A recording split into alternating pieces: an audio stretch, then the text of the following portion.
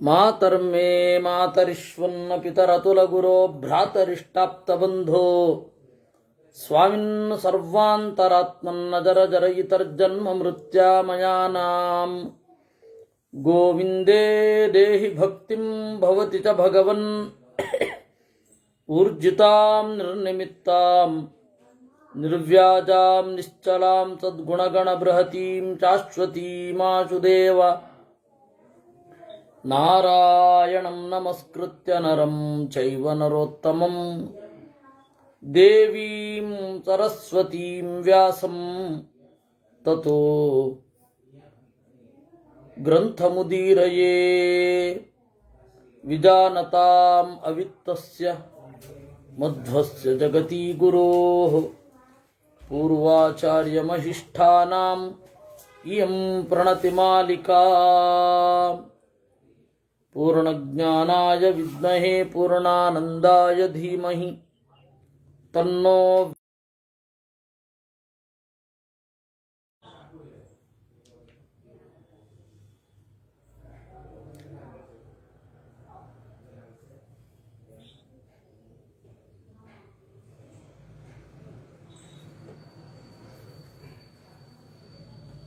ನಾವು ಪೂರ್ಣಜ್ಞಾನಾಯ ವಿದ್ಮಹೇ ಪೂರ್ಣಾನಂದಾಯ ಧೀಮಹಿ ತನ್ನೋ ವ್ಯಾತ ಪ್ರಚೋದಯಾತ್. ನಾವೀಗ 9ನೇ ಅಧ್ಯಾಯದಲ್ಲಿ ಇದ್ದೇವೆ. ಸೂತ ಉವಾಚ ಏವಂ ಶ್ರುತ್ವಾ ಮನುಪ್ರಾಹ ಪುನರೇವ ಜನಾರ್ದನಂ ಪೂರ್ವೇಷಾಂ ಚರಿತಂ ಬ್ರೂಹಿ ಮನೂನಾಂ ಮಧುಸೂದನ. ಅವನು ಕೇಳ್ತಾ ಇದ್ದಾನೆ, ಏವಂ ಶ್ರುತ್ವಾ ಮನುಪ್ರಾಹ,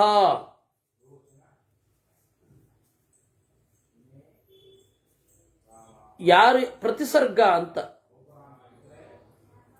ಯಾವ ಯಾವ ಅಧಿಪತಿಗಳಾಗಿ ಯಾವ ಯಾವ ದೇವತೆಗಳು ಅಥವಾ ಯಾವ ಯಾವ ಜೀವರು ಅವರು ಬಂದರು ಅಂತನ್ನೋದನ್ನು ನಾವು ನೋಡಿದೆವು. ಈಗ ಇಲ್ಲಿ ಇರೋವಂಥದ್ದು ಯಾವುದು ಅಂತಂದರೆ ಪೂರ್ವೇಶಾಂ ಚರಿತಂ ಬ್ರೂಹಿ ಮನೂನಾಂ ಮಧುಸೂದನ. ನನಗಿಂತ ಹಿಂದಿನವರು ಯಾರ್ಯಾರಿದ್ದಾರೆ ಮನುಗಳು, ಅವರ ಒಂದು ಚರಿತ್ರೆಯನ್ನು ಹೇಳು, ನನಗೆ ಕುತೂಹಲ. ಯಾಕೆಂದರೆ ನಾನು ಈಗ ಮುಂದೆ ಮನು ಆಗುವವನು. ನಾವೊಂದು ಜಾಗದಲ್ಲಿ ಕೆಲಸ ಮಾಡುವಾಗ ಹಿಂದೆ ಯಾರ್ಯಾರು ಬಂದಿದ್ರು ಅಂತನ್ನೋದನ್ನು ನಾವು ನೋಡ್ತೇವೆ.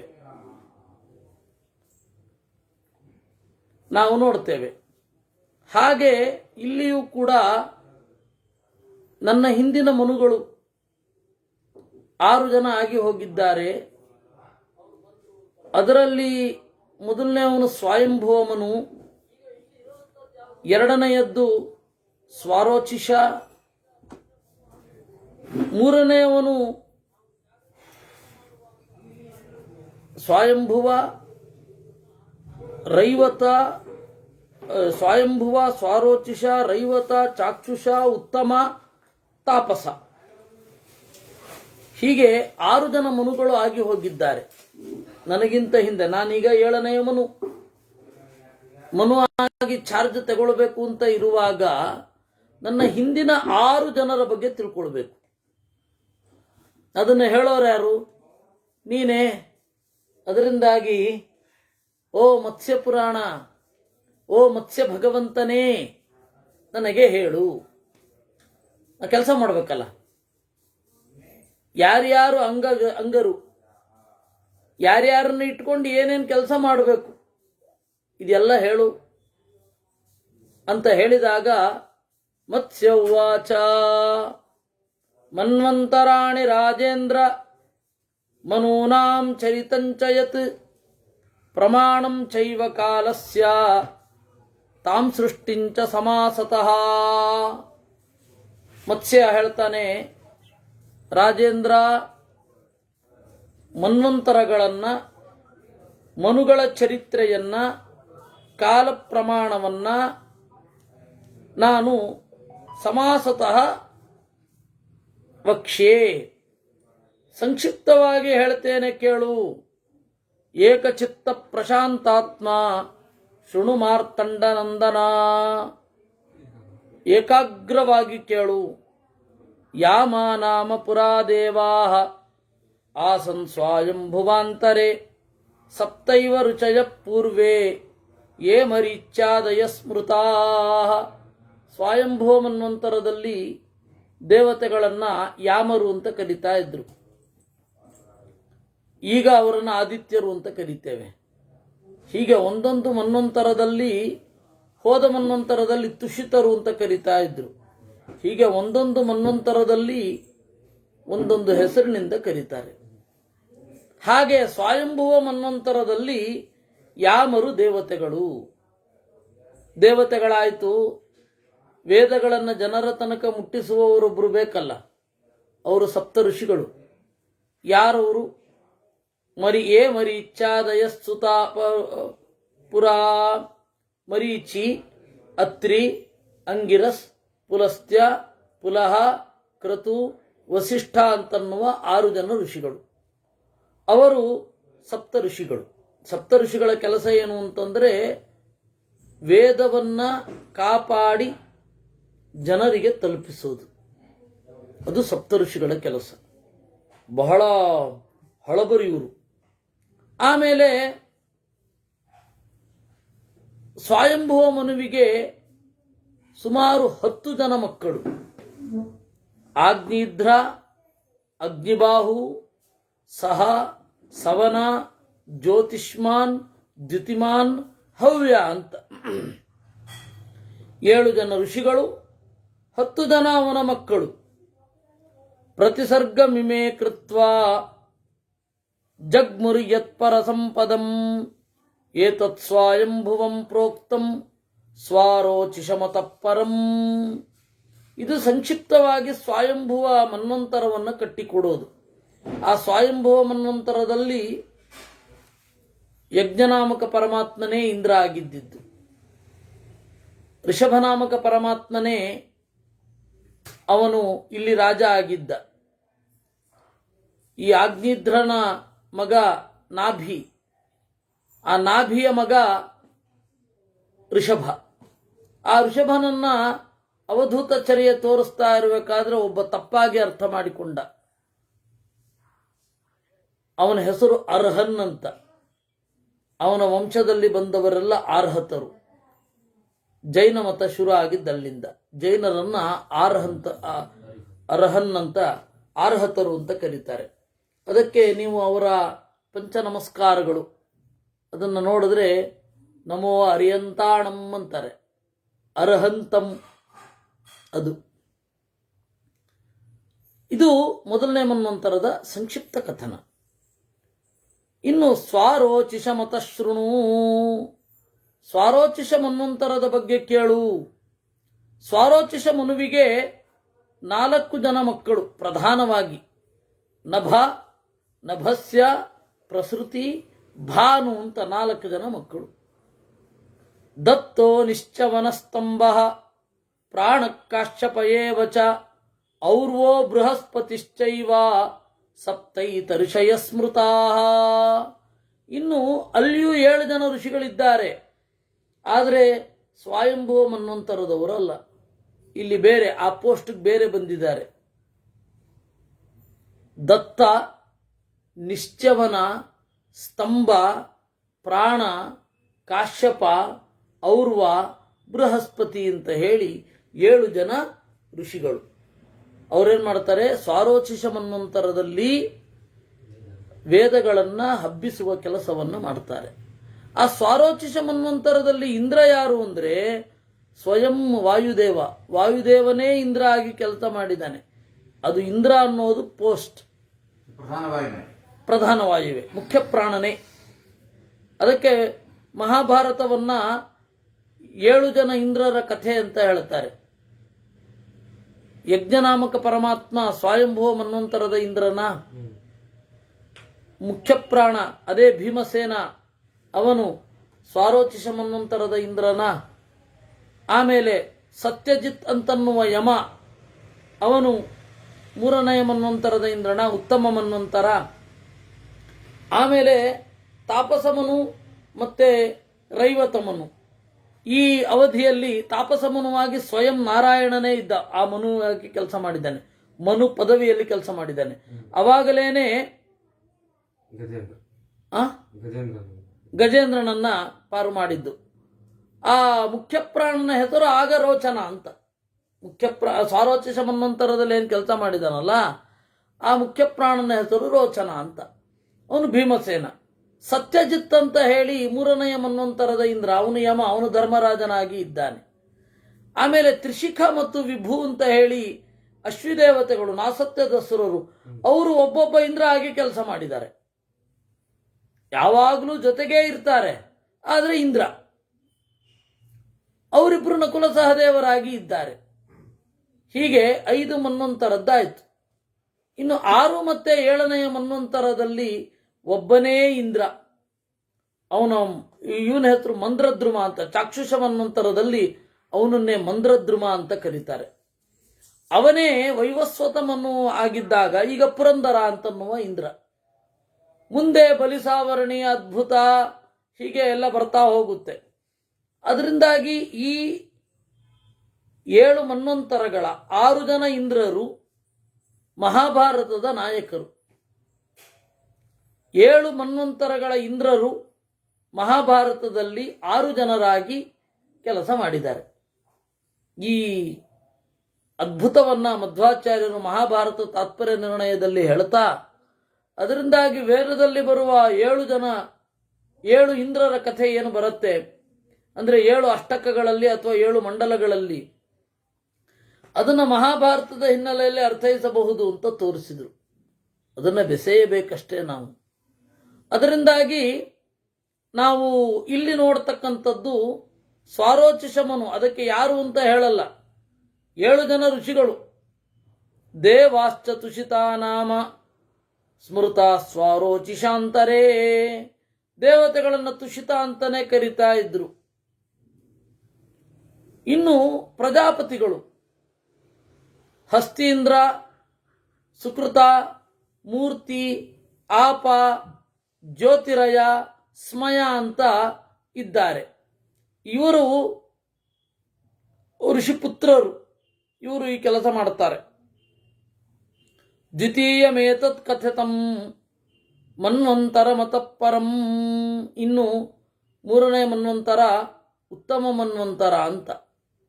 ಔತ್ತಮೀಯಂ ಪ್ರವಕ್ಷ್ಯಾಮಿ ತಥಾ ಮನ್ವಂತರಂ ಶುಭಂ.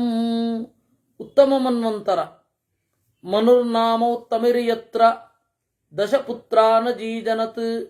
ಆ ಉತ್ತಮನ ಮಗ ಔತ್ತಮಿ ಅಂತ. ಅವನ ಹೆಸರೇನೋ ಹೇಳಲಿಲ್ಲ, ಯಾವ ಪುರಾಣದಲ್ಲಿಯೂ ಹೇಳಲಿಲ್ಲ. ಅವನ ಹೆಸರೇನು ಔತ್ತಮಿ.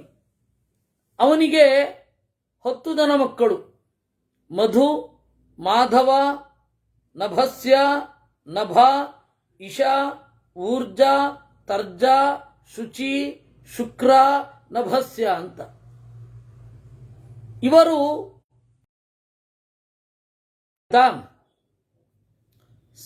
ನಭಸ್ಯನ ಬದಲು ಸಹ ಅಂತಾರೆ.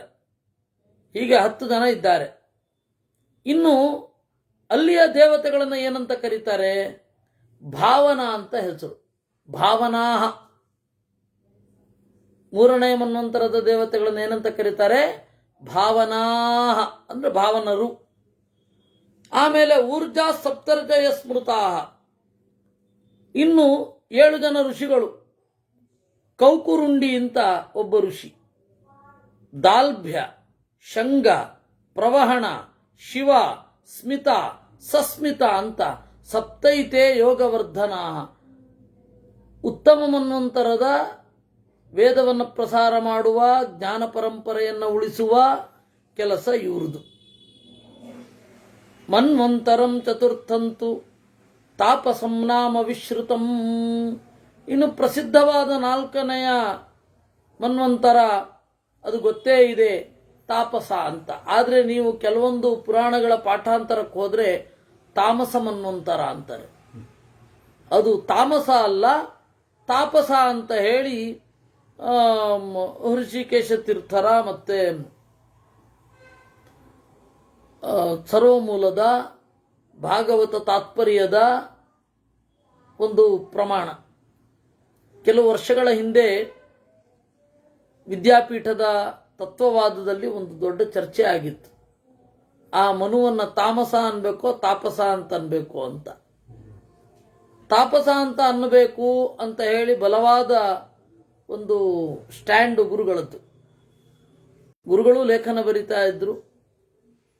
ಅದಕ್ಕೆ ಅವರು ಬೇರೆಯವರು ಯಾರು ತಾಮಸ ಅನ್ನುವವರು ಲೇಖನ ಬರಿತಾ ಇದ್ರು. ಆ ಲೇಖನದ ಸೀರೀಸನ್ನು ನೋಡಿದ ನೆನಪು ನನಗಿದೆ. ತಾಮಸ ಅಂತಂದರೆ ತಪ್ಪೇನಲ್ಲ. ವಾಸ್ತವವಾಗಿ ಆ ಇದರಲ್ಲಿ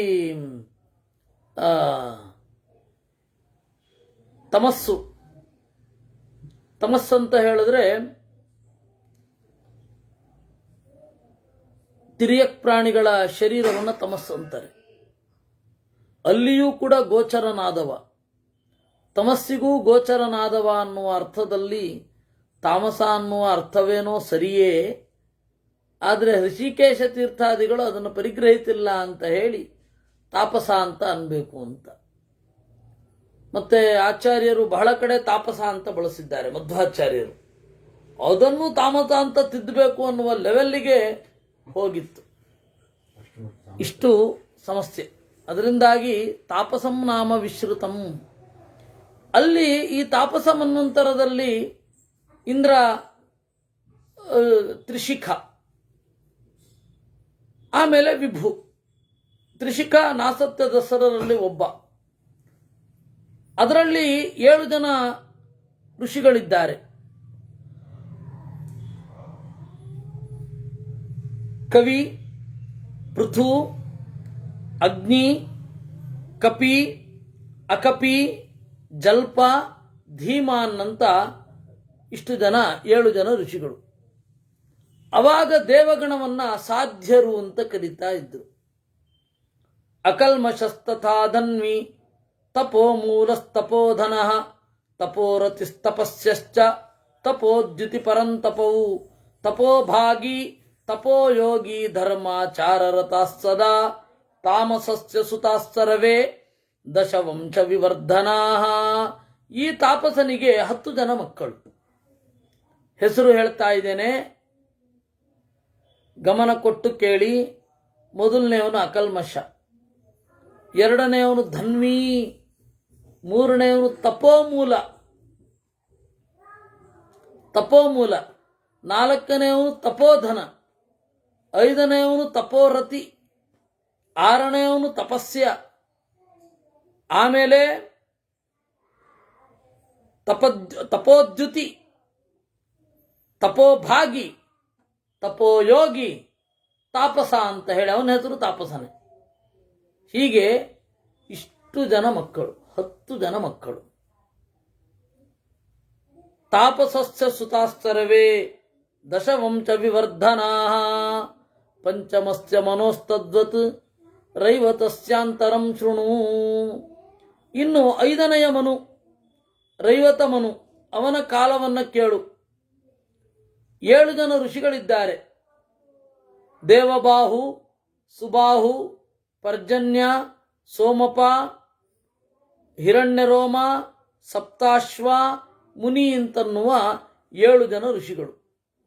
ದೇವಾಶ್ಚ ಭೂತರಜಸಃ ತಥಾ ಪ್ರಕೃತಯ ಶುಭಾಃ. ಅವಾಗ ದೇವತೆಗಳನ್ನು ಏನಂತ ಕರಿತಾ ಇದ್ರು? 5ನೇ ಮನ್ವಂತರದಲ್ಲಿ ಅಭೂತ ರಜಸ್ ಅಂತ ಕರಿತಾ ಇದ್ರು. ರಜೋಗುಣ ಹೆಚ್ಚು ತಾಗದವರು, ಅಭೂತ ರಜಸ್. ಆಮೇಲೆ ಪ್ರಕೃತಿಗಳು ಅಂತ ಕರಿತಾ ಇದ್ರು. ಅರುಣಸ್ತತ್ವದರ್ಶಿ ಚ ವಿತ್ತವಾನ್ ಹವ್ಯಪಕ್ಕಪಿ ಯುಕ್ತೋ ನಿರುತ್ಸುಕ ಸತ್ವ ನಿರ್ಮೋಹೋಥ ಪ್ರಕಾಚಕ ಧರ್ಮವೀರ್ಯ ಬಲೋಪೇತಾ ದಶೈತೆ ರೈವತಾತ್ಮಜಾ. ಆಮೇಲೆ ರೈವತ ಮನ್ವಂತರದ ಈ ಮಕ್ಕಳು, ರೈವತ ಮನುವಿನ ಮಕ್ಕಳು 10 ಜನ. ಅರುಣ, ತತ್ವದರ್ಶಿ, ವಿತ್ತವಾನ್, ಹವ್ಯಪ, ಕವಿ, ಯುಕ್ತ, ನಿರುತ್ಸುಕ, ಸತ್ವ, ನಿರ್ಮೋಹ, ಪ್ರಕಾಶಕ ಅಂತ 10 ಜನ ಮಕ್ಕಳು. ಅವರಿಂದ ವಂಶ ಮುಂದುವರ್ಕೊಂಡು ಹೋಗುತ್ತೆ. ಇಲ್ಲಿ ಹೇಗೆ ಸ್ವಯಂಭುವ ಮನುವಿನ ಏನು 2 ಮಕ್ಕಳಿದ್ದಾರೆ, ಉತ್ತಾನಪಾದ ಇತ್ಯಾದಿಗಳು, ಪ್ರಿಯವ್ರತ, ಉತ್ತಾನಪಾದ, ಹೀಗೆ ಇವರೆಲ್ಲ ಮಕ್ಕಳು. ಆ ರೀತಿ ಅಲ್ಲಿಯೂ ಕೂಡ 10 ಜನ ಮಕ್ಕಳು. ಇಲ್ಲಿಯೂ ಕೂಡ ವೈವಸ್ವತ ಮನ್ವಂತರದಲ್ಲಿ 10 ಜನ ತಾನೇ ಮಕ್ಕಳು. ಧೃಷ್ಟ, ದಿಷ್ಟ, ನರಿಷ್ಯಂತ, ನಾಭಾಗ, ಕರುಚ, ಇಕ್ಷ್ವಾಕು, ಹೀಗೆಲ್ಲ, ವಿಕುಕ್ಷಿ, ಇವರೆಲ್ಲ ಮುನುಗಳ ಮಕ್ಕಳು. ಅವರಿಂದಾಗಿ ಮಾನವರು ಬೆಳೀತಾರೆ. ಹಾಗೆ ರೈವತ ಮನ್ವಂತರದ ಮೊದಲ ಮಾನವರು ಇವರು. ಇನ್ನು 7ನೆಯ ಮನ್ವಂತರ ಚಾಕ್ಷುಷ ಮನ್ವಂತರ. ಆ ಚಾಕ್ಷುಷ ಮನ್ವಂತರದಲ್ಲಿ 7 ಜನ ಋಷಿಗಳನ್ನು ಕೇಳ್ರಿ. ಭೃಗು, ಸುಧಾಮ, ವಿರಜಸ್, ಸಹಿಷ್ಣು, ನಾದ, ವಿವಸ್ವಾನ್, ಅತಿನಾಮ ಅಂತ ಹೀಗೆ 7 ಜನ ಋಷಿಗಳು. ಆ ಚಾಕ್ಷುಷ ಮನ್ವಂತರದ ದೇವತೆಗಳನ್ನ ಹಲವಾರು ರೀತಿಯಿಂದ ಕರೀತಾರೆ. ಲೇಖಾಹ ಅಂತ ಕರೀತಾರೆ, ರುಭವಃ ಅಂತ ಕರೀತಾರೆ, ರುಭಾದ್ಯರು ಅಂತ ಕರೀತಾರೆ, ವಾರಿಮೂಲಾಹ ಅಂತ ಕರೀತಾರೆ. ಹೀಗೆ 4 ಹೆಸರಿನಿಂದ ಕರೀತಾರೆ. ರುರು ಪ್ರಭೃತಯಸ್ತದ್ವತ್ ಚಾಕ್ಷುಷಸ್ಯ ಸುತಾದಶ. ಹಾಗೆ ರುರು ಮೊದಲಾದವರು ಚಾಕ್ಷುಷನ ಮಕ್ಕಳು. ಇನ್ನು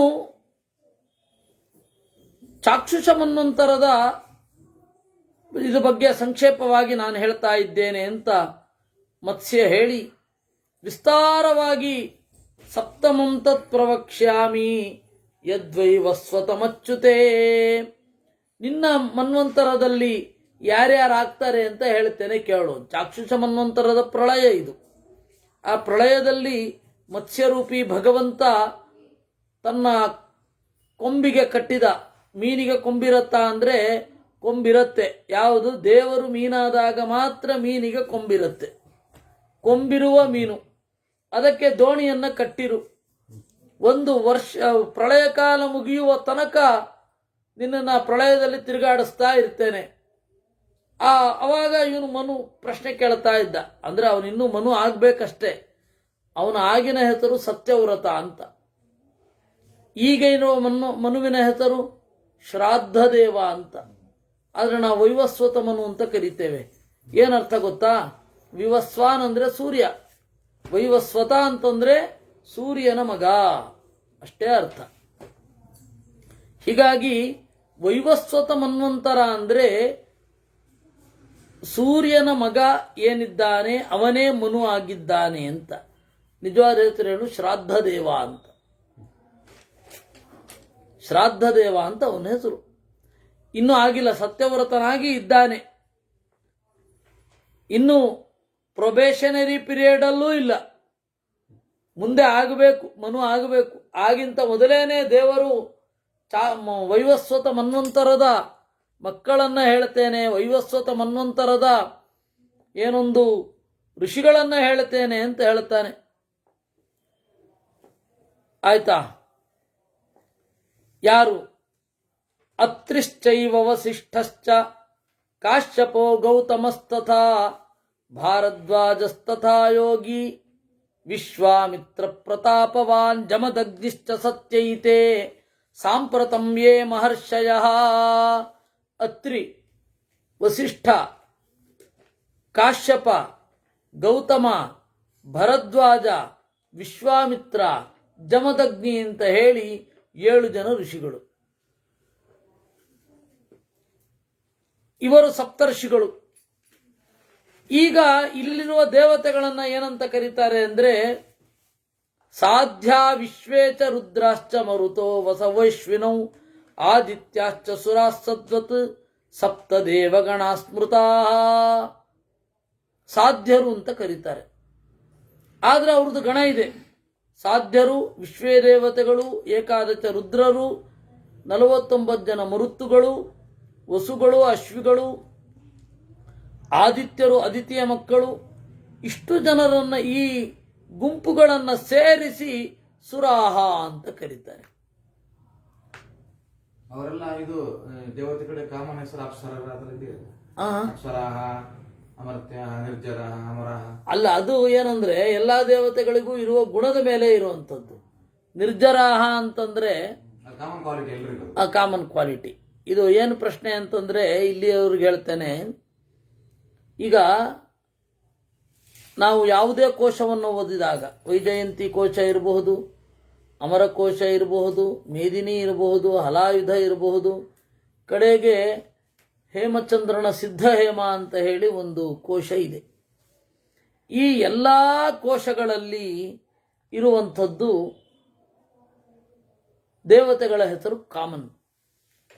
ಅವನು ಯಾರೇ ಆಗಿರಲಿ, ಜೈನ ಆಗಿರಬಹುದು, ಬೌದ್ಧ ಆಗಿರಬಹುದು, ಕೋಶ ಲೆಕ್ಸಿಕನ್ನು ಫಸ್ಟ್ ಇಂಡಿಯನ್ ಲೆಕ್ಸಿಕನ್ನು ಬಾಯ್ಪಾಠ ಮಾಡೋದು, ಅದು ನೆನ್ಪಿಟ್ಕೊಳ್ಳಿಕ್ಕೆ ಸುಲಭ ಆಗತ್ತೆ ಅಂತ. ಹಾಗೆ ಇಂಡಿಯನ್ ಲೆಕ್ಸಿಕನ್ ಮಾಡಬೇಕಾದ್ರೆ ಈ ಭಾರತದಲ್ಲಿರೋರು ದೇವತೆಗಳ ಬಗ್ಗೆ ಬರೀಲೇಬೇಕು. ಅದರಿಂದಾಗಿ ಅವರು ಆದಿತ್ಯ, ರುಭವೋ, ಸ್ವಪ್ನ, ಅಮರ್ತ್ಯ, ಅಮೃತಾಂಧತಃ ಅಂತ ಶುರು ಮಾಡೋದು. ಆದಿತೇಯ, ದಿವಿಷದಃ, ರುಭುಗಳು, ಹೀಗೆ ನಿರ್ಜರರು. ಇದೆಲ್ಲ ಕಾಮನ್ ಕ್ವಾಲಿಟೀಸ್ ಎಲ್ಲರಲ್ಲಿ ಇರೋದು. ನಿರ್ಜರರು ಅಂತಂದ್ರೆ ಮುಪ್ಪು ಇಲ್ಲದವರು. ಅಮೃತಾಂಧತಃ ಅಂದರೆ ಅಮೃತವನ್ನು ತಿನ್ನುವವರು, ಅಮೃತವೇ ಅನ್ನವಾಗಿರುವವರು. ಆದಿತ್ಯರು ಅಂದರೆ ಅದಿತಿಯ ಮಕ್ಕಳು. ಅಸ್ವಪ್ನಾಹ, ನಿದ್ರೆ ಇಲ್ಲದವರು, ದೇವತೆಗಳಿಗೆ ನಿದ್ರೆ ಇಲ್ಲ. ಹೀಗೆ ಕಾಮನ್ ಕ್ವಾಲಿಟಿಗಳಿದೆ. ಆದರೆ ಪುರಾಣದಲ್ಲಿ ಹೇಳಿದ ಹಾಗೆ ಈ ದೇವತೆಗಳಿಗೆ ಈ ಹೆಸರು ಅಂತನ್ನೋದಿಲ್ಲ. ಯಾಕೆಂದ್ರೆ ಅವರೆಲ್ಲರೂ ಕೂಡ ಕಾವ್ಯದ ಸಂಗತಿ ಹೇಗೆ ಬಂದಿದೆ, ಕಾವ್ಯದಲ್ಲಿ ಏನು ಪ್ರಯೋಗ ಮಾಡಿದ್ದಾರೆ ಅದಕ್ಕೆ ಅರ್ಥ ಬರೆದ್ರು. ಯಾಕೆಂದ್ರೆ ಡಿಕ್ಷನರಿ ಹಾಗೆ ಅಲ್ವಾ ಬರೆಯೋದು. ಒಂದು ಡಿಕ್ಷನರಿ ರೂಪುಗೊಳ್ಳೋದು ಹೇಗೆ, ಬೇರೆ ಬೇರೆ ಜನರು ಆಡುವ ಮಾತುಗಳನ್ನು ಸಂಗ್ರಹಿಸಿ ಆ ಮಾತಿಗೊಂದು ಅರ್ಥ. ಅದು ಡಿಕ್ಷನರಿಯ ರಚನೆಯ ಒಂದು ರಹಸ್ಯ. ಅದರಿಂದಾಗಿ ಅವತ್ತಿನ ಜನ ಏನಾಡ್ತಾ ಇದ್ರು ಅದನ್ನು ಬರೆದದ್ದು. ಅದರಲ್ಲಿ ಪುರಾಣದ ಒಂದು ಚಿಂತನೆ ಇರಬೇಕು ಅಂತ ಇಲ್ಲ. ಇನ್ನು ಇಕ್ಷ್ವಾಕು ಮೊದಲಾದ 10 ಜನ ಋಷಿಗಳು, ಇದು ಪ್ರಸಿದ್ಧ. ಯಾಕೆಂದ್ರೆ ಪ್ರತಿಯೊಂದು ಪುರಾಣದಲ್ಲಿಯೂ ಕೂಡ ಇಕ್ಷ್ವಾಕು ನೃಗಶರ್ಯಾತಿ ಧೃಷ್ಟದಿಷ್ಟಕ ರೂಚಕಾಹ ಅಂತ ಹೇಳೋದು. ಅದರಿಂದ ಅದನ್ನು ಹೇಳಲಿಲ್ಲ.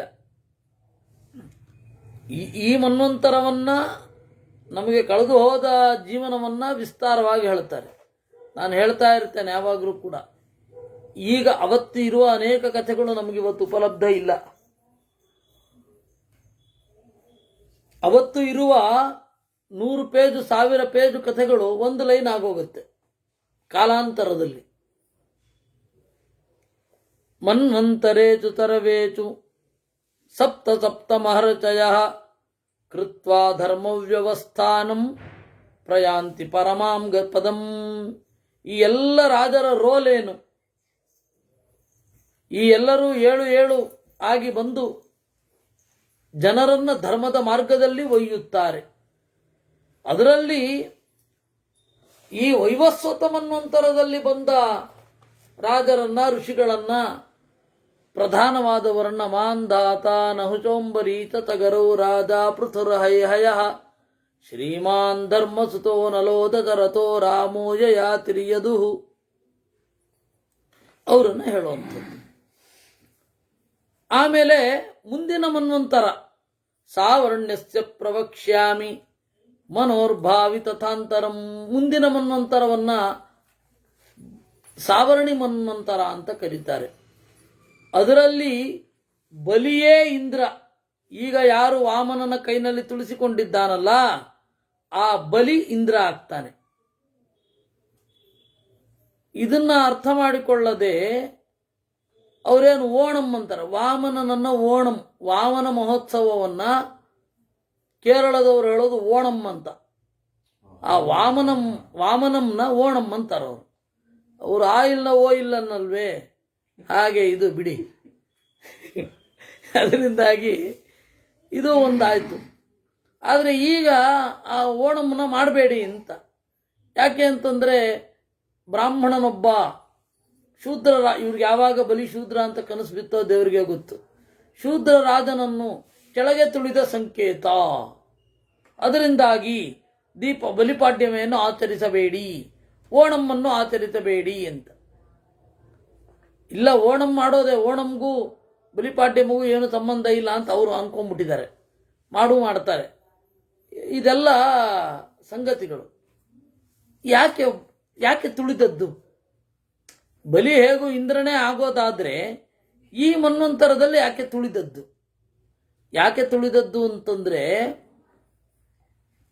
ನಾಳೆ ನಾನು ಪ್ರಿನ್ಸಿಪಾಲ್ ಆಗೋದು ಖಾತ್ರಿ, ಇವತ್ತೇ ಹೋಗಿ ಕೂತ್ಕೋಬಾರ್ದಷ್ಟೆ. ಅದಕ್ಕೊಂದು ಪ್ರೊಸೀಜರ್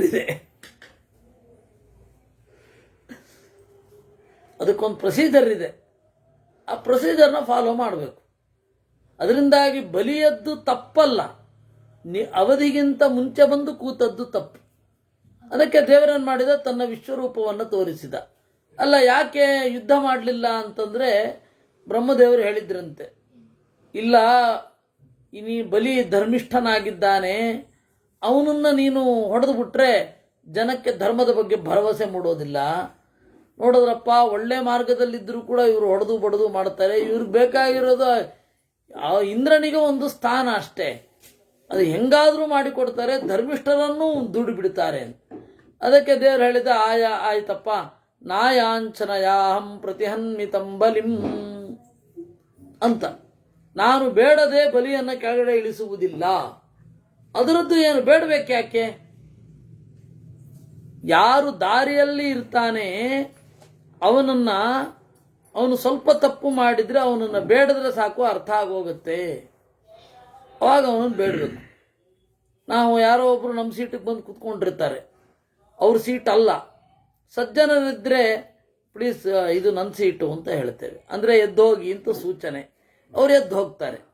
ಇಷ್ಟೇ, ಈ ತರಹ ಮುಗಿಯೋದು. ಆ ತರಹ ಇದು, ಅವನಿಗೆ ನಿನ್ನ ಕಾಲ ಇನ್ನೂ ಬಂದಿಲ್ಲಪ್ಪ ಅಂತ ದೇವರು ನೆನಪಿಸಿ ಕಾಲನಿಯಾಮಕನಾಗಿ ದೇಶವ್ಯಾಪಿಯಾಗಿ ತನ್ನನ್ನು ತೋರಿಕೊಂಡ. ವಾಮನ ತ್ರಿವಿಕ್ರಮ ಅವನು ಹೃದಯದೊಳಗಡೆ ಕಂಡದ್ದು. ಓ ಅಂತ ಕಾಲ ಅಗಲ ಆಗೋಯ್ತು, ಇದ್ದ ಪಾತ್ರೆ ಪರಡಿಗಳೆಲ್ಲ ಒಡೆದೋಯ್ತು, ಯಾಗ ಯಜ್ಞ ಎಲ್ಲ ಒಡೆದೋಯ್ತು ಅಂತ ಅನ್ಕೊಳ್ಬೇಕಾಗಿಲ್ಲ. ಅದನ್ನ ವಾಮನ ಪುರಾಣ ಆ ರೀತಿ ಹೇಳುತ್ತೆ.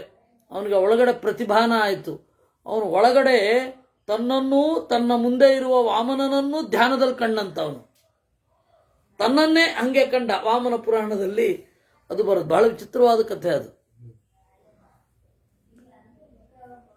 ಹಾಗೆ ಅದು ಅವನ ತಪ್ಪನ್ನು ಅವನಿಗೆ ಮನವರಿಕೆ ಮಾಡಿಕೊಟ್ಟದ್ದು.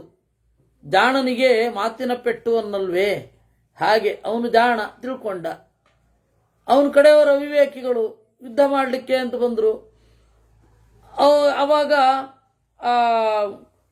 ದೇವರ ದ್ವಾರಪಾಲಕರೆಲ್ಲ ಯುದ್ಧ ಮಾಡಿ ಬಂಧಿಸಿದರು.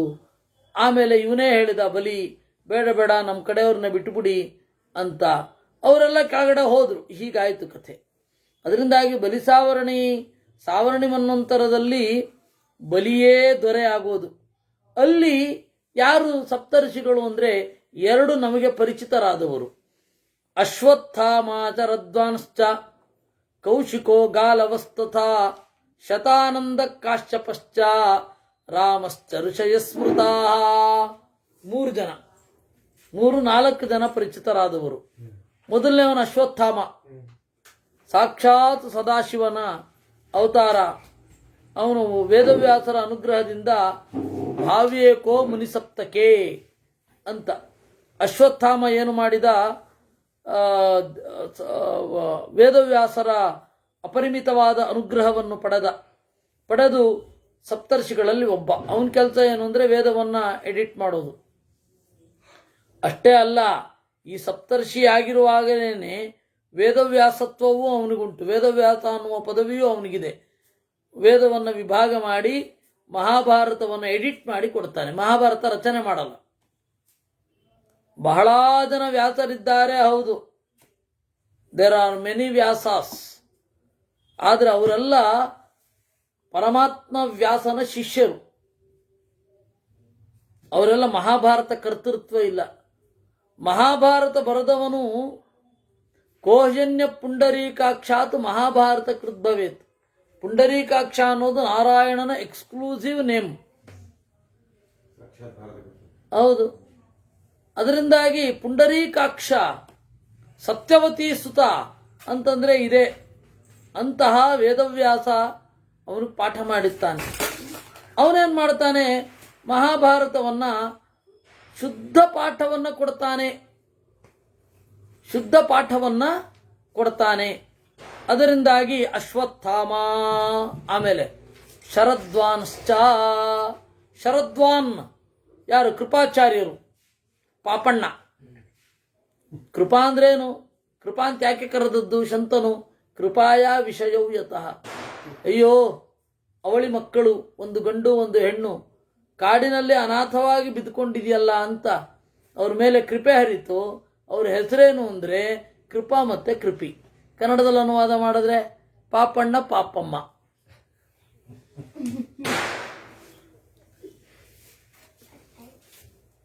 ಅವ್ರನ್ನ ನಮ್ಮ ಲೆವೆಲ್ಗೆ ಜಗ್ಬೇಕೋ ಬೇಡವೋ? ಶರದ್ವಾನ್, ಆಮೇಲೆ ಕೌಶಿಕ. ಯಾರು? ವಿಶ್ವಾಮಿತ್ರರು, ಸಪ್ತರ್ಷಿಗಳಲ್ಲೊಬ್ರು, ಮುಂದಿನ ಮನ್ವಂತರಕ್ಕೆ. ಗಾಲವಸ್ತಥಾ, ವಿಶ್ವಾಮಿತ್ರರ ಮಗ ಗಾಲವ ಅಂತ, ಶಿಷ್ಯ ಕೂಡ ಹೌದು. ಶತಾನಂದ, ಯಾರು? ರಾಮಾಯಣದಲ್ಲಿ ಬರ್ತಾನಲ್ಲ ಆ ಶತಾನಂದ. ಆಮೇಲೆ ಆ ಜನಕರಾಜನ ಆಸ್ಥಾನದಲ್ಲಿದ್ದವನು. ಇನ್ನು ಕಾಶ್ಯಪ, ಇವನು ಯಾರು ಅಂತ ಗೊತ್ತಿಲ್ಲ. ರಾಮ ಯಾರು? ಪರಶುರಾಮ, ಜಮದಗ್ನಿಯ ಮಗ. ಹೀಗೆ ಸುಮಾರು ಜನ ನಮಗೆ ಪರಿಚಿತರಾಗಿರೋ ಕ್ಯಾರೆಕ್ಟರ್ಗಳುಂಟು ಸಪ್ತರ್ಷಿಗಳಲ್ಲಿ, ಮುಂದಿನ ಸಪ್ತರ್ಷಿಗಳು. ಆಮೇಲೆ ಈ ಮನುವಿನ ಮಕ್ಕಳು 10 ಜನ: ಧೃತಿ, ವರಿಯಾನ್, ಯವಸ, ಸುವರ್ಣ, ವಷ್ಟಿ, ಚರಿಷ್ಣು, ಈಡ್ಯ, ಸುಮತಿ, ವಸು, ಶುಕ್ರ ಅಂತ ಆ 10 ಜನ. ರೌಚ್ಯಾದಯಸ್ತಥಾನ್ಯೇಪಿ ಮನವಸ್ಸಂಪ್ರಕೀರ್ತಿತಾ. ರುಚೆ ಪ್ರಜಾಪತೆ ಪುತ್ರ ರೌಚ್ಯೋ ನಾಮ ಭವಿಷ್ಯತಿ. 8ನೇ ಮನ್ವಂತರ ಅಲ್ವಾ ಇದು? 9ನೇ ಮನ್ವಂತರ ಮೊದಲಾದವುಗಳು ರುಚಿ. ಆ ರುಚಿ ಏನಿದ್ದಾನೆ ಅವನು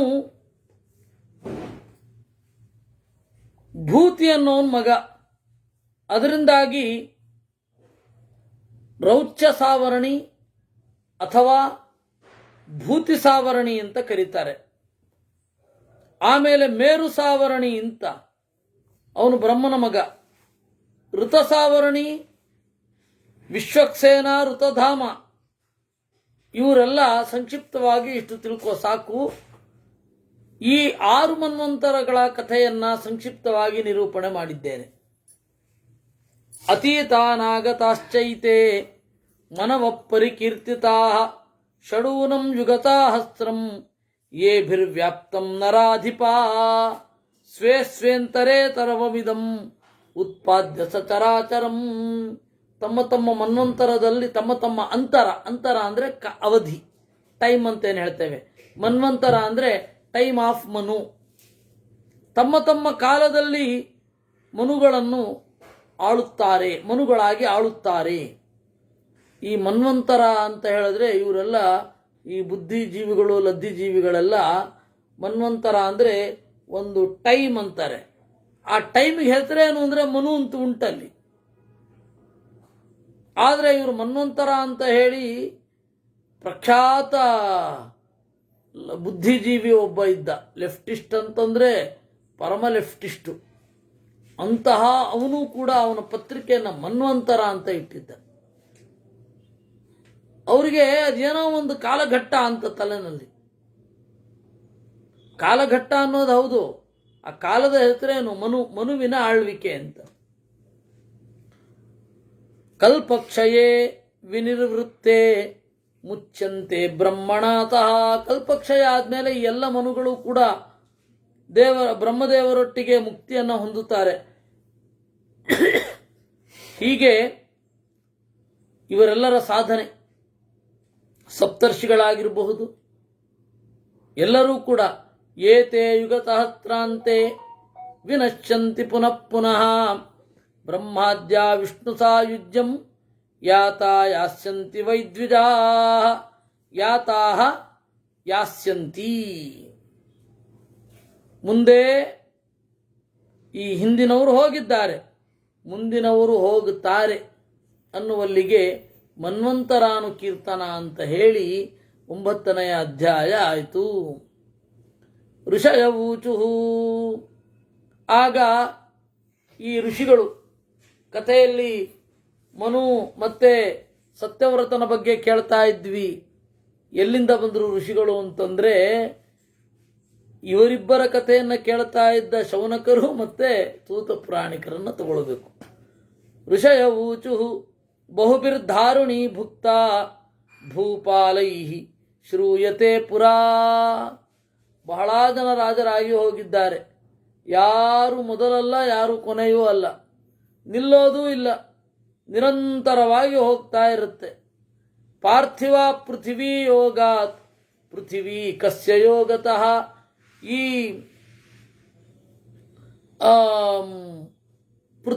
ಇದು ಪಾರ್ಥಿವ ಅಂತ ಯಾಕೆ ಕರೆಯೋದು? ಪೃಥಿವ್ಯಾಂ ಯೇ ಭವಂತಿ ತೇ ಪಾರ್ಥಿವಾಹ. ಪೃಥಿವಿ ಅಂದರೆ ಭೂಮಿ, ಭೂಮಿಯನ್ನು ಯಾರು ಆಳ್ತಾರೆ ಅವರು ಪಾರ್ಥಿವರು. ಸಂಸ್ಕೃತದಲ್ಲಿ ರಾಜರಿಗೆ ಇನ್ನೊಂದು ಹೆಸರೇನು? ಪಾರ್ಥಿವ. ಯಾಕೆ ಪಾರ್ಥಿವರು? ಪೃಥಿವ್ಯಾಂ ಭವಾಹ ಪಾರ್ಥಿವಾಹ. ಭೂಮಿಯಲ್ಲಿ ಖ್ಯಾತರಾದವರು, ಪೃಥಿವಿಯಲ್ಲಿ ಖ್ಯಾತರಾದವರು ಪಾರ್ಥಿವರು. ನಾವು ಸಂಸ್ಕೃತದ ಮೈಲಿಗೆಯನ್ನು ಹಚ್ಚಿಸಿಕೊಳ್ಳೋದೇ ಇಲ್ಲ ಅಂತನ್ನುವವರು ಮಾತ್ರ ಇಡುವಂತಹ ಹೆಸರು ಪಾರ್ಥಿಬನ್. ಬಂಗಾಳದವರು ಇಡ್ತಾರೆ ಒಂದು ಸ್ವಲ್ಪ.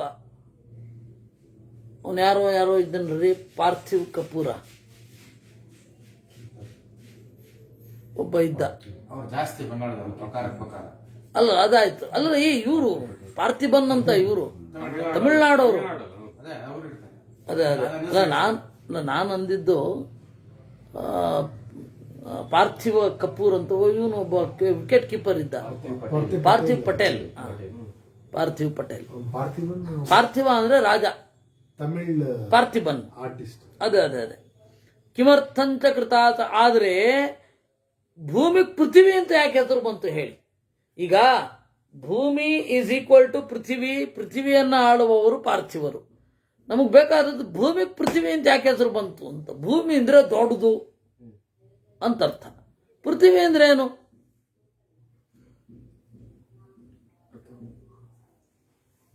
ಕಿಮರ್ಥಂಚ ಕೃತಾ ಸಂಜ್ಞಾ ಭೂಮಿ ಕಿಂ ಪಾರಿಭಾಷಿಕಿ.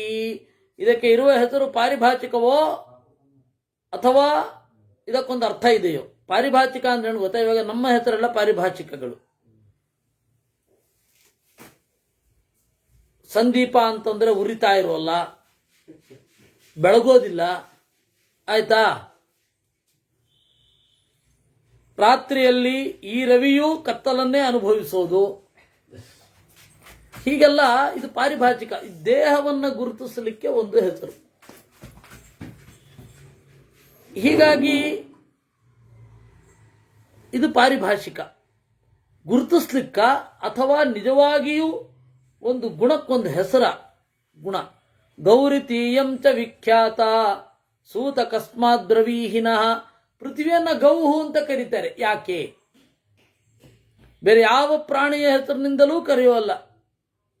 ಗಾರ್ಧಭಿ ಯಾವ ಹೆಸರಿನಿಂದಲೂ ಕರೆಯಲ್ಲ. ಇನ್ನೊಂದು, ಹಸುವಿಗೆ ಗೌಹು ಅಂತ ಯಾಕೆ ಕರೀತಾರೆ ಅಂತಂದ್ರೆ ಗಚ್ಚತಿ ಇತಿ ಗೌಹು ಅಂತ.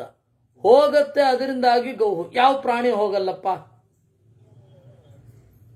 ತೆವಳೋದು, ನಡೆಯೋದು, ಕುಣಿಯೋದು, ಕುಪ್ಪಳಿಸೋದು, ಹಾರೋದು ಎಲ್ಲವೂ ನಡೆಯೋ ಸಾಗೋದೇ ತಾನೆ. ಇದೇನು ಮಾತ್ರ, ಇದೊಂದು ಮಾತ್ರ ಏನು ಸ್ಪೆಷಲ್? ಗಚ್ಚತಿ ಇತಿ ಗೌಹು. ಅದಕ್ಕೊಂದು ಹಸುವನ್ನ ಗೌಹು ಅಂತ ಯಾಕೆ ಕರೀತಾರೆ ಅಂದ್ರೆ ಇದು ಹೋಗೋದ್ರಿಂದಾಗಿ, ಇದು ಸಾಗೋದ್ರಿಂದಾಗಿ ಭೂಮಿ ಫಲವತ್ತಾಗತ್ತೆ. ಯಾವುದು ಸಾಗೋದ್ರಿಂದ ಭೂಮಿ ಫಲವತ್ತಾಗತ್ತೋ ಅದು ಗೌಹು. ಬೇರೆ ಯಾವುದು ಸಾಗಿದ್ರೆ ಭೂಮಿ ಫಲವತ್ತಾಗುವಲ್ಲ. ಚಾಣಕ್ಯನ ಅರ್ಥಶಾಸ್ತ್ರದಲ್ಲಿ ಮತ್ತು ಕೃಷಿ ಪಾರಾಶರದಲ್ಲಿ ಬಂಜರು ಬಿದ್ದ ಭೂಮಿಯನ್ನ ಬೀಳು ಬಿದ್ದ ಭೂಮಿ, ಬೀಳು ಅಂತ ಕರೀತಾರೆ. ಬೀಳು ಅಂತಂದ್ರೆ ಏನು ಫಲ ಇಲ್ಲ. ಬೀಳು ಬಿದ್ದ ಭೂಮಿಯನ್ನ ಫಲವತ್ತಾಗಿಸ್ಬೇಕು, ಮತ್ತೆ ಅದರಲ್ಲಿ ಬೆಳೆಗಳು ಮೊಳೆಯಬೇಕು ಅಂತಂದ್ರೆ ಏನ್ ಮಾಡಬೇಕು ಅಂದ್ರೆ ಅದೊಂದು ಕ್ರಮದಲ್ಲಿ ಹಸುವನ್ನು ಓಡಾಡಿಸ್ಬೇಕು ಅಂತಾರೆ. ಹೀಗೆ ತಾನು ಓಡಾಡೋದರ ಮೂಲಕ ಭೂಮಿಯನ್ನ ಫಲವತ್ತಾಗಿ ಮಾಡುತ್ತಲ್ಲ, ಅದನ್ನ ಗೌಹು ಅಂತಂದ್ರು. ಸರಿ, ಭೂಮಿಗೆ ನೀವು ಗೌಹು ಅಂತ ಇದ್ದೀರಾ ಯಾಕೆ? ಹೀಗೆ ಎರಡು ಪ್ರಶ್ನೆ. ಭೂಮಿಯನ್ನ ಪೃಥ್ವಿ ಅಂತ ಯಾಕೆ ಕರೀತಾರೆ? ಈ ಪೃಥ್ವಿ ಅನ್ನುವ ಹೆಸರು ಪಾರಿಭಾಷಿಕವೇ ಅಲ್ಲವೇ? ಪ್ರಶ್ನೆ ನಂಬರ್ 1. ಕ್ವಶನ್ ಮತ್ತು ಪ್ರಶ್ನೆ ಎರಡು ಸೇರಿಸಿದ್ರೆ ಕ್ವಶ್ನೆ. ಇದು ಒಂದು. ಎರಡನೆಯದು, ಗೌಹು ಅಂತ ಯಾಕೆ ಕರೀತಾರೆ? ವಂಶೇ ಸ್ವಯಂಭುವಸ್ಯಾಸೀತ್ ಅಂಗೋ ನಾಮ ಪ್ರಜಾಪತಿ. ನೋಡಿ, ಸೂತ ಚಿಕ್ಕವನು, ಸೂತ ಬೇರೆ ಜಾತಿಯವನು. ಗುಣಗ್ರಾಹಿಗಳಾಗಬೇಕು ಅಂತನ್ನೋದಕ್ಕೆ ನಮಗೆ ಈ ಪುರಾಣ. ಸೂತ ಬೇರೆ ಜಾತಿಯವನು, ಕೆಳಜಾತಿಯವನು. ಅವನನ್ನು ಮೇಲ್ಗಡೆ ಕೂಡಿಸಿ ಶೌನಕರೇ ಮೊದಲಾದವರು ಕೆಳಗಡೆ ಕೂತು ಅವನಿಂದ ಕಥೆಗಳನ್ನು ಕೇಳ್ತಾ ಇದ್ರು. ಶೌನಕರು ಯಾರು? ವೇದದ ಪಾರಾಯಣ ಮಾಡಿ ವೇದದ ಪೂರ್ವಕವಾಗಿ ಹೋಮ ಮಾಡಿ ಬಂದವರು. ನಾನು ಕೆಳಗಿನ ಜಾತಿಯಲ್ಲಿ ಹುಟ್ಟಿದೆ ಅಂತನ್ನುವ ಆಧಿ ದೌಷ್ಕುಲ್ಯಮಾಧಿಂ ವಿಧುನೋತಿ ಶೀಘ್ರಂ ಮಹತ್ತಮಾನಾಮಭಿಧಾನ ಯೋಗ. ಯಾವುದು? ಭಾಗವತ. ದೌಷ್ಕುಲ್ಯಮಾಧಿಂ, ಅಯ್ಯೋ ಕೆಳಜಾತಿಯಲ್ಲಿ ಹುಟ್ಟಿದೆ ಅಂತನ್ನುವ ನನ್ನ ಒಂದು ಮಾನಸಿಕ ವೇದನೆಯನ್ನ ಮಹತ್ತಮಾನಾಮಭಿಧಾನ ಯೋಗ. ನಿಮ್ಮಂಥವರು ಸೂತ ಸೂತ ಸೂತ ಅಂತ ಕರೆಯೋದೇನಿದೆ? ರೋಮಹರ್ಷಣ ಉಗ್ರಶ್ರವಸ್ ಅಂತೇನು ಕರಿತಾ ಇದ್ದೀರಾ? ನನ್ನ ಮನಸ್ಸು ಸಂಕಟ ಎಲ್ಲ ಪರಿಹಾರ ಆಗಿದೆ ನನಗೆ. ಇವಾಗ ಜಾತಿ ಹೆಸರು ಹೇಳಿದ್ರೆ ಬಹಳ ಸಿಟ್ಟು ಮಾಡ್ಕೋತಾರೆ. ಅವರು ಏನು ಬೇಕಾದ್ರೆ ಮಾಡ್ಬೋದು, ಆದರೆ ಹೆಸರು ಹೇಳೋ ಹಾಗಿಲ್ಲ, ಕೇಳೋ ಹಾಗಿಲ್ಲ. ಅದರಿಂದಾಗಿ ಅವಾಗ ಸೂತ ಸೂತ ನೀವು ಕರಿತಾ ಇದ್ದೀರಾ, ನಿಮ್ಮ ಬಾಯಲ್ಲಿ ಬರ್ತಾ ಇದೆ, ಅದೇ ನನಗೆ ಅನುಗ್ರಹ, ನಾನು ನಿಮ್ಮ ಸೇವೆಯನ್ನು ಮಾಡ್ತೇನೆ ಅಂತ ಕೂಡ್ತಾನೆ. ಅದರಿಂದ ಭಾಗವತವನ್ನು ಹೇಳಿದವನು ಯಾರು ಅಂತಂದ್ರೆ ಬ್ರಾಹ್ಮಣ ಅಲ್ಲ, ಕೇಳದವರು ಯಾರು ಅಂದ್ರೆ ಬ್ರಾಹ್ಮಣರು. ಅಂದ್ರೆ ಗುಣಗ್ರಹಣ, ಒಂದು ಗುಣಗ್ರಹಣ ಅನ್ನುವ ಗುಣ ಅದು ಇಲ್ಲಿ ಇದೆ. ಎಲ್ಲಿ ಹೇಳಿದ್ರೂ ಕಷ್ಟ. ಇದನ್ನು ಸಾಂಪ್ರದಾಯಿಕರ ಹತ್ರ ಹೇಳಿದ್ರೂ ಕಷ್ಟ, ಮಾಡರ್ನ್ ಪೀಪಲ್ ಹತ್ರ ಹೇಳಿದ್ರೂ ಕಷ್ಟ. ಎರಡನ್ನೂ ಸಮವಾಗಿ ತಗೊಂಡವ್ರ ಹತ್ರ ಹೇಳಬೇಕಾಗತ್ತೆ. ಇಂಥ ದುರಂತ ನೋಡಿ ಭಾರತದ್ದು. ಸೂತವಾಚ, ಸೂತರು ಹೇಳಿದ್ರು. ಏನು ಹೇಳೋದು? ನಾಳೆ ಹೇಳ್ತಾರೆ. ಕೃಷ್ಣಾರ್ಪಣಮಸ್ತು. 10ನೇ ಅಧ್ಯಾಯ ನಾಳೆ ಆಗುತ್ತೆ.